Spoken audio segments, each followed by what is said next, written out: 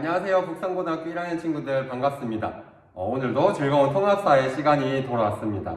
오늘 원래 황희주 선생님 강의가 올라오는 날인데요. 사정상 이번 주는 저 권순호 선생님의 수업을 2시간 연속으로 하고 이제 다음 주에 황희주 선생님의 수업을 2시간 연속으로 해서 들어보도록 하겠습니다. 자, 여러분들 선생님 옷차림이 어떤가요? 어제 강의에 비해서 많이 가벼워졌죠? 왜 그럴까요? 그렇죠. 여러분들 지난 시간에 배운 것처럼 자연환경, 특히 기후랑 우리 인간 생활의 모습은 아주 긴밀하게 연결이 되어 있는데 우리 바깥의 날씨가 부쩍 많이 더워졌습니다. 그래서 선생님이 오늘은 외투를 입지 않고 이렇게 얇은 긴팔을 입고 강의 수업에 나타났습니다. 이렇게 자연환경과 우리 인간의 모습들이 아주 긴밀하게 연결되어 있음을 확인하고 이제 수업에 들어가 볼 텐데요. 수업에 들어가기 앞서서 오늘도 마찬가지로 학습목표 읽어보고 넘어가도록 하겠습니다. 자, 오늘은 선생님이 학습목표 한 가지만 준비했습니다. 한 가지 모두 큰 목소리로 읽어볼까요? 시작!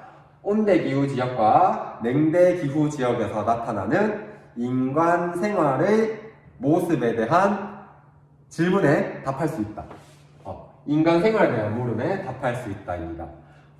우리 지난 시간에 열대기후 지역과 건조기후 지역에서 인간 생활의 모습이 어떻게 나타나는지 알아보았고 이제 오늘은 지난 시간에 말한 대로 온대기후 지역과 냉대기후 지역에서 인간 생활은 어떻게 나타나는지 알아보도록 하겠습니다.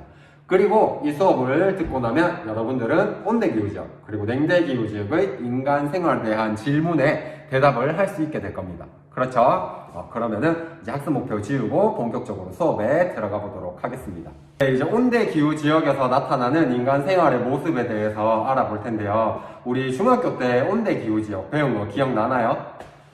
기억하는 친구도 있을 테고 기억이 잘 나지 않는 친구들도 있을 텐데 선생님이 간단하게 정리하고 넘어가도록 하겠습니다.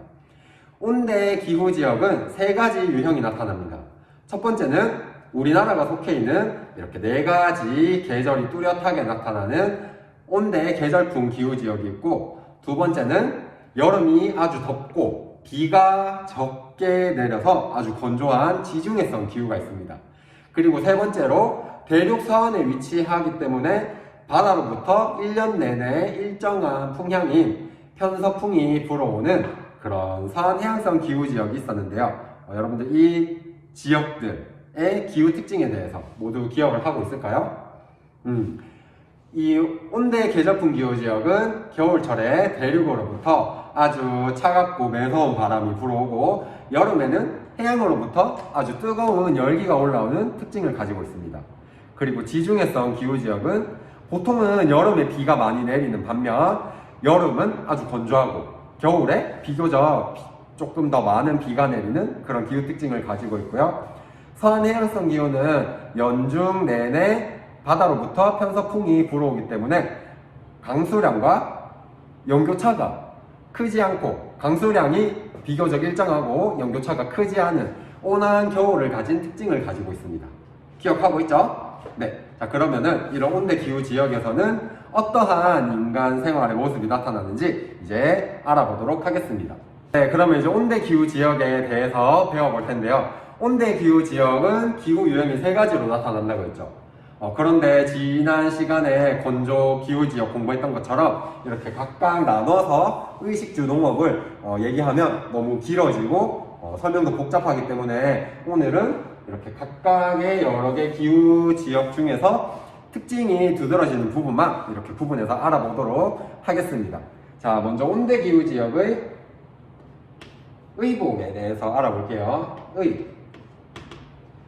온대 기후 지역은 어떤 특징을 가지고 있죠? 우리나라의 계절의 특징을 알아볼까요? 우리나라는 사계절이 뚜렷하게 나타난다, 그렇죠? 그래서 그 계절마다 어떤 옷차림이 나타나죠? 맞습니다. 각각의 계절에 맞는 다양한 옷차림이 나타나죠. 이렇게 온대 기후 지역의 의복은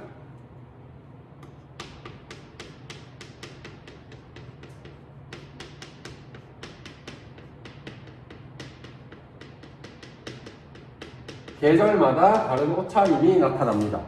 건조기후 지역처럼 아주 얇고 긴 천옷을 겨울철에 입고 있다고 생각해 보세요. 그러면 어떻게 될까요? 우리 얼어서 모두 동사하게 될 겁니다.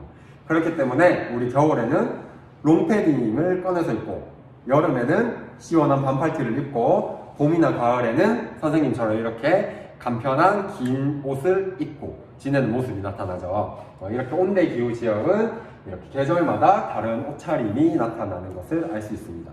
자, 다음으로 음식에 대해서 알아볼게요. 식. 자, 세 가지 기후 지역이 있다 그랬죠. 우리나라는 보통 무엇을 먹고 살죠? 쌀로 밥을 지어서 먹고 살죠. 그리고 서양에서는 보통 뭘 많이 먹던가요? 밀로 만든 빵을 많이 먹죠. 이처럼 온대 기후 지역은 쌀, 밀, 그리고 이 외에도 올리브와 같은 다양한 식재료를 이용한 음식이 나타납니다.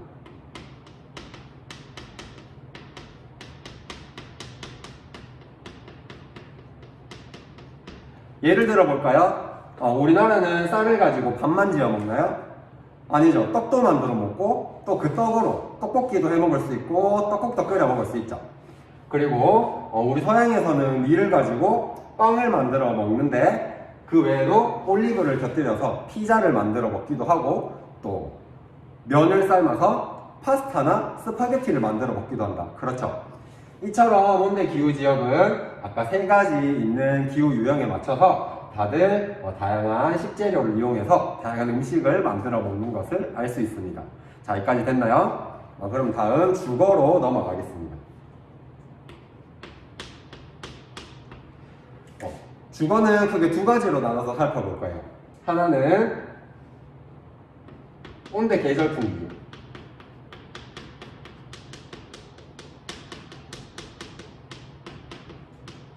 하나는 지중해성 기후입니다.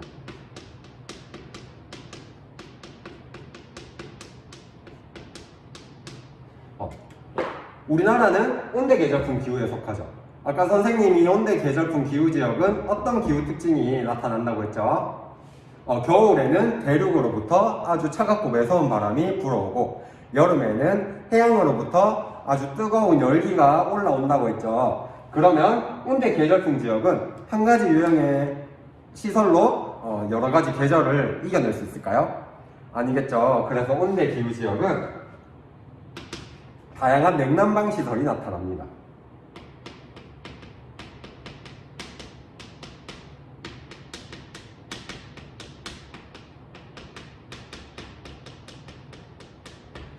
우리나라를 예로 들어볼까요? 지금은 우리가 여름에는 에어컨을 틀고, 그리고 겨울에는 보일러를 틀면 된다. 그렇죠.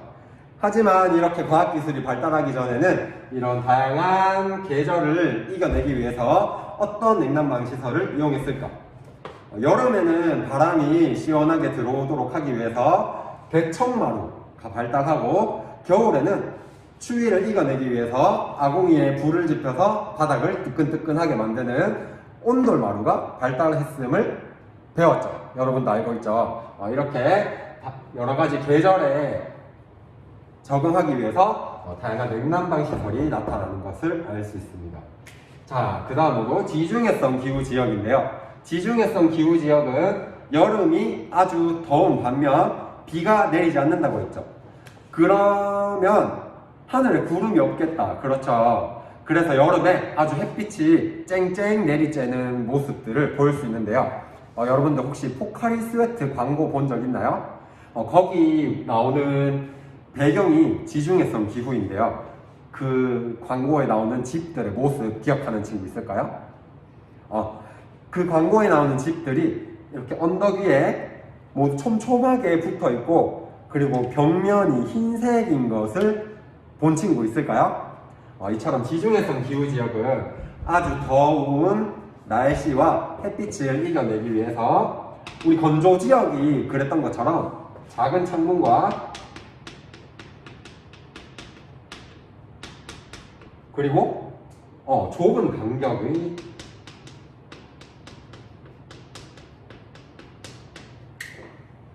가옥 배치가 나타납니다.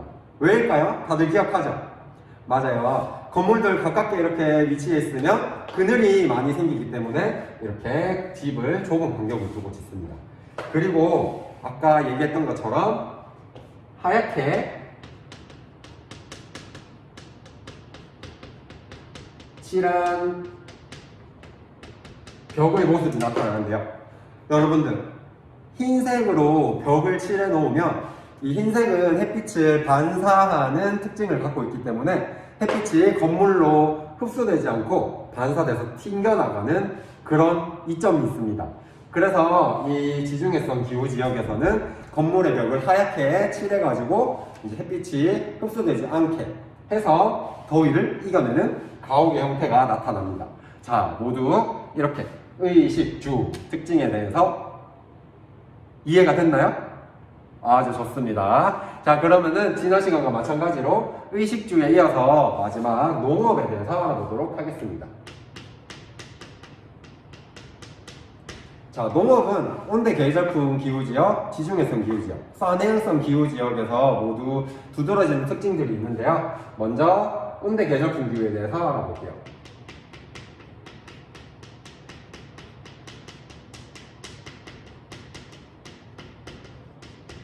네. 온대 계절풍 기후는 아까 계속 말했던 것처럼 우리나라가 속해 있는 그런 기후지역이다. 그렇죠. 우리나라는 어떤 농사가 많이 나타나요? 아는 친구 있죠? 다들 알고 있죠? 우리나라 여름의 기후가 어떻죠? 아주 덥고 그리고 장마 기간에 아주 많은 비가 내립니다. 그렇죠? 우리 이런 특징을 이런 기후 환경에서 아주 잘 자랄 수 있는 작물에 대해서 한번 배운 적이 있어요. 뭘까요? 맞습니다. 벼입니다. 그래서 온대 계절풍 기후 지역에서는 벼농사를 활발하게 짓습니다. 그래서 우리는 주식으로 쌀을 먹고 밥을 먹는 거죠. 그리고 두 번째로 지중해성 기후 지역입니다. 이 지중해성 기후는 여름과 겨울로 나눠서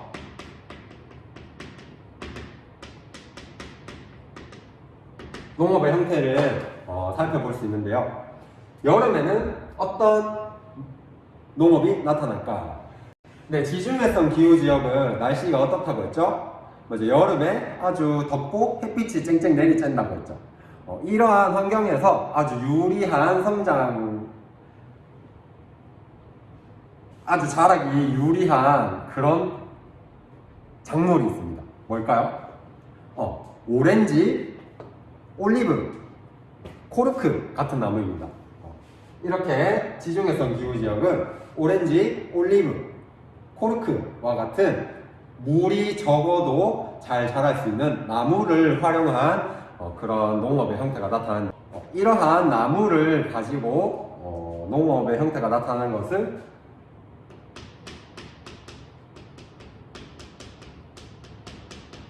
수목농업이라고 합니다.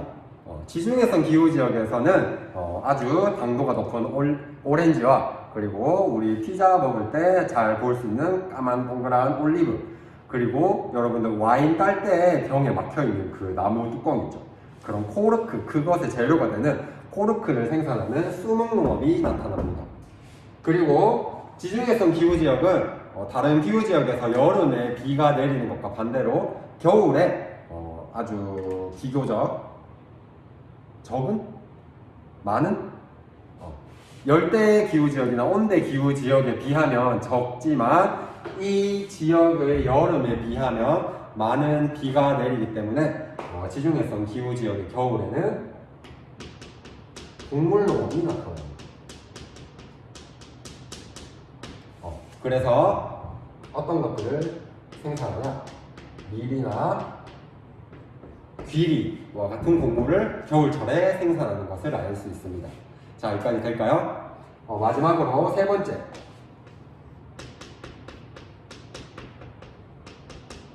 선해열성 기후지역입니다. 이 지역은 비가 연중 고르게 내린다고 했죠. 그래서 대체로 우중충한 날씨를 가지고 있어요. 런던 신사들이 항상 트렌치 코트를 입고 우산을 들고 다니는 걸 본 적이 있을까요? 항상 서늘하고 비가 자주 내리기 때문인데, 이러면 우리 식물들이 자라는데 필요한 햇빛이 부족하기 때문에 이렇게 쑥쑥 작물들을 길러낼 수 없어요. 그래서 연중 서늘한 지역에서는 큰 키의 작물들이 자랄 수 없기 때문에 동물들이 먹을 수 있는 그런 콩과 같은 작물을 길러서 그 작물을 가축의 먹이로 주어서 그 가축을 통해서 유제품이나 고기를 얻는 호남농업이 나타납니다.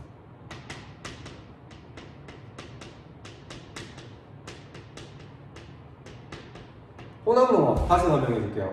혼합농업은 작물을 생산해서 가축들이 그 작물을 먹고 자랄 수 있게 합니다. 그래서 그 가축으로부터 다양한 유제품이나 고기를 얻어내는 그런 농업의 목축업의 형태인데요. 그런 혼합농업이 서한 해양성 기후 지역에 나타나고, 또 이렇게 가축을 통해서 여러 가지 우유, 치즈, 버터와 같은 제품을 생산하는 낙농업이 발달합니다. 자, 여기까지 될까요? 그러면은 온대 기후 지역의 모습, 인간 생활의 모습 처음부터 다시 한번 정리하고 넘어갈게요. 자, 온대 기후 지역은 비교적 계절의 변화가 뚜렷하기 때문에 계절마다 다른 옷차림이 나타납니다. 그리고 음식은 3가지 유형의 기후 지역에 맞추어서 다양한 식재료들이 나타나는 모습을 볼 수 있었고요. 주거 형태는 겨울과 여름에 계절차가 심한 온대 기후 지역 중에서도 온대 계절풍 기후 지역은 다양한 냉난방 시설이 나타나는데, 예를 들면 대청마루와 온돌마루가 있었죠. 그리고 지중해성 기후 지역은 더운 여름에 쨍쨍 내리쬐는 햇빛을 피하기 위해서 작은 창문, 그리고 좁은 간격의 가옥, 그리고 하얗게 칠한 벽이 나타나는 모습을 볼 수 있었습니다.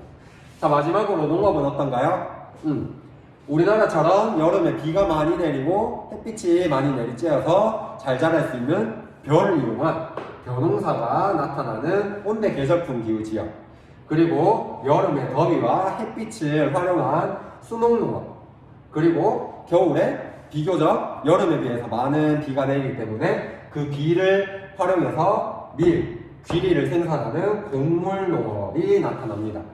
그리고 서한 해양성 기후는 1년 내내 서늘해서 농작물이 싱싱하게 쑥쑥 자라기 어려운 환경이기 때문에 콩과 같은 작물을 생산해서 그 콩을 가축들이 먹어서 자랄 수 있게 하는 혼합농업과, 그리고 그 가축들로부터 얻은 젖을 활용해서 치즈, 버터, 우유 등을 만드는 낙농업이 나타나는 것을 알 수 있었습니다.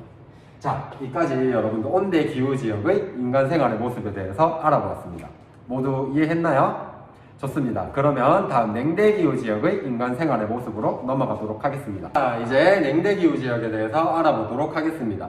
자, 우리 지구 중심이 햇빛이 수직으로 강하게 들어오기 때문에 여기는 열대가 나타난다고 했고, 위로 갈수록 열대, 온대, 냉대, 한대가 나타난다고 했죠. 그러면 이 냉대 기후 지역은 온대 기후 지역보다 좀 더 서늘하고 추운 환경이 나타나겠죠. 이 냉대 기후 지역은 여러분들 이름에서 알 수 있듯이 아주 서늘한 기후 지역입니다. 이 기후 지역에서는 어떤 인간 생활의 모습이 나타나는지 알아보도록 하겠습니다.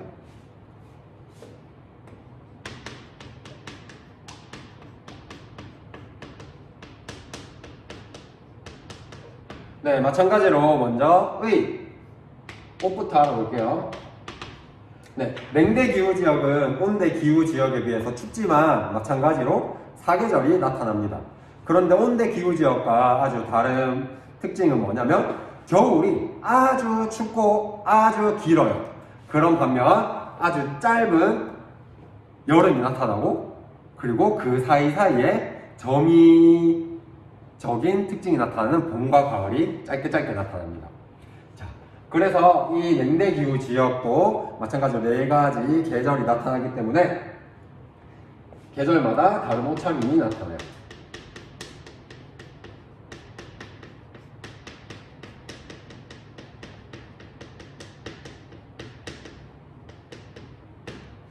이 냉대기후 지역의 가장 큰 특징이 뭐냐면 영도차가 아주 크다는 거예요.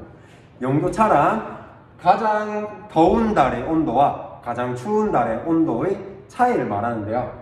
이 지역은 여름이 20도 이상으로 올라가서 비교적 더운 반면 겨울은 마이너스 38도만큼 뚝뚝 기온이 떨어지는 아주 추운 겨울을 갖고 있습니다.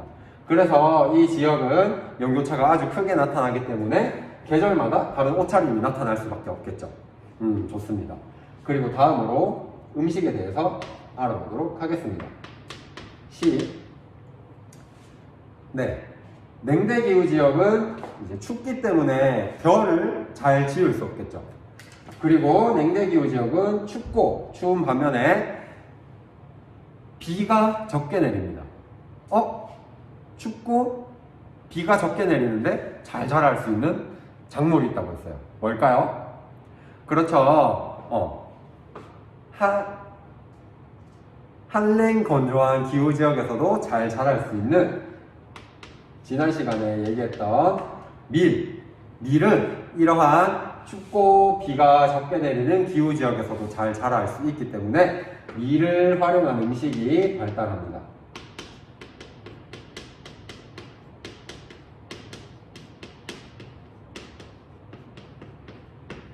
네, 좋습니다. 여기까지 되겠죠? 그 다음 죽어는 어떻게 나타날까요? 여러분, EBS 진도특강 들었던 거 기억나죠? 모두 기억하고 있을 텐데 냉대기후 지역에서는 어떠한 자연경관이 난다고 했는지 기억나는 친구? 그렇죠. 이 지역은 아주 키가 큰 침엽수가 자라나는 침엽수림이 나타나는데요. 이 지역을 우리는 타이가라고 부릅니다. 타이가 지대에서는 아까 말했던 것처럼 아주 키가 큰 침엽수가 많이 자라는데 나무가 엄청 크기 때문에 이 나무를 활용해서 집을 지을 수가 있어요. 네, 그래서 이 지역에는 아주 키가 크고 굵은 나무들이 많기 때문에 이런 나무를 활용한 통나무집이 나타납니다.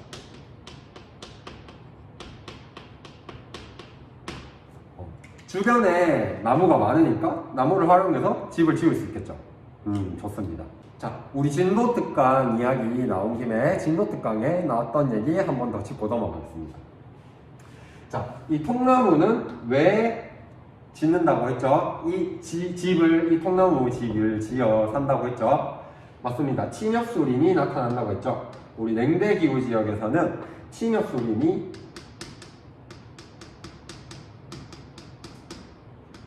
아주 넓게 나타나는데요. 이 지역을 우리 타이가라고 부른다고 했습니다.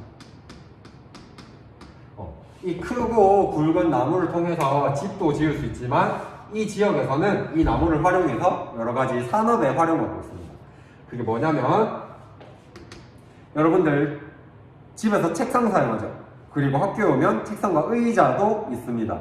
그리고 주방에 가면 식탁도 있고 이런 것들 뭘로 다 만들었죠? 맞습니다. 나무로 만들었죠. 이런 가구를 만들기 위한 나무를 가공하는 목재를 생산하는 그런 산업이 발달합니다. 그리고 우리 공부할 때 쓰는 종이 있죠. 종이는 뭘로 만들죠? 종이는 나무로 만듭니다. 그런데 이 나무에서 종이가 되기 전에 중간 단계가 있어요. 종이를 만들기 위한 재료를 이 나무로부터 만드는데 그것을 펄프라고 합니다. 펄프.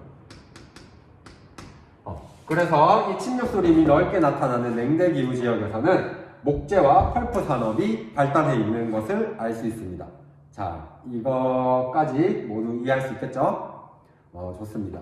자, 그러면 마지막으로 냉대기후 지역의 농업에 대해서 알아보도록 하겠습니다.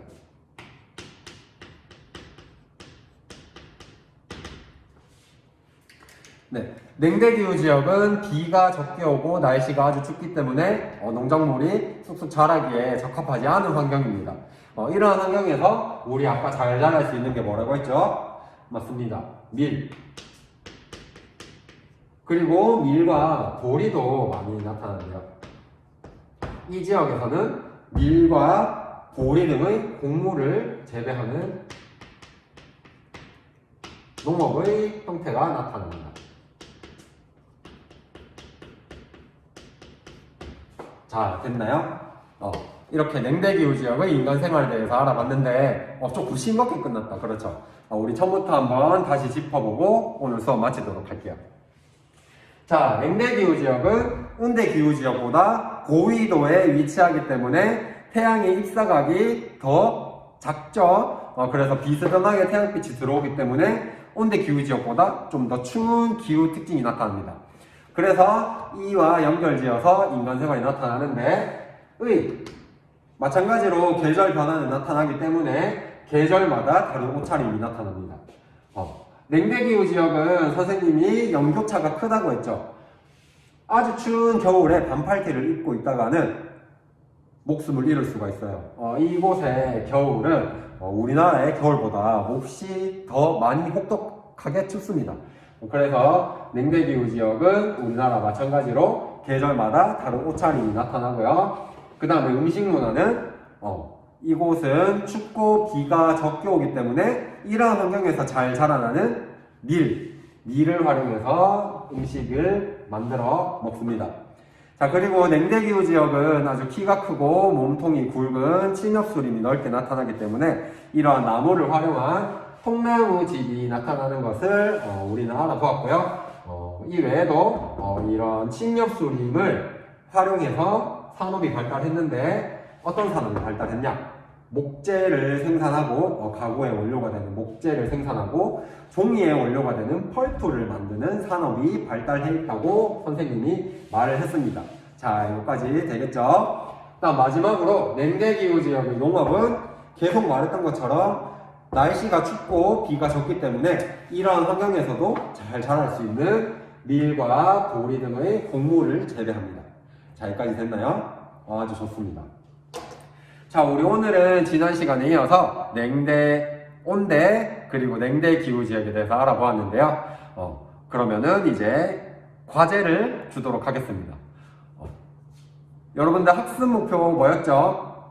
맞습니다. 온대기후 지역과 냉대기후 지역에서 나타나는 인간 생활의 특징에 대한 물음에 답할 수 있다 였죠. 선생님이 그 학습 목표 여러분들이 도달했는지 확인하기 위해서 온대기후 지역과 냉대기후 지역에서 나타나는 인간 생활에 대한 질문들을 리로스쿨 공지 게시판에 올리겠습니다. 그러면은 여러분들은 그러면 개설되어 있는 리로스쿨의 통합사의 과제 게시판에 글쓰기 작성을 해서 거기 있는 질문에 답변을 남겨주면 되겠습니다. 자, 다시 한번 과제에 대해서 설명하겠습니다. 선생님이 여러분들 학습 목표에 잘 도달했는지 확인하기 위해서 리로스쿨 통합사의 게시판에 몇 가지 질문을 올려놓을 테니까 여러분들은 그 질문에 대답하는 글을 작성해주면 되겠습니다. 언제까지? 맞습니다. 오후 4시까지 한 명도 빠짐없이 과제를 올려주면 되겠습니다.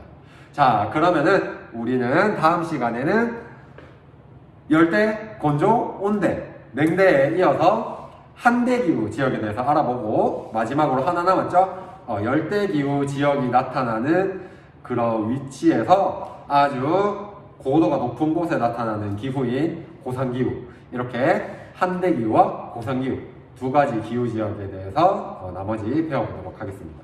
자, 그러면 우리 친구들 오늘 하루도 고생 많았습니다. 이상입니다.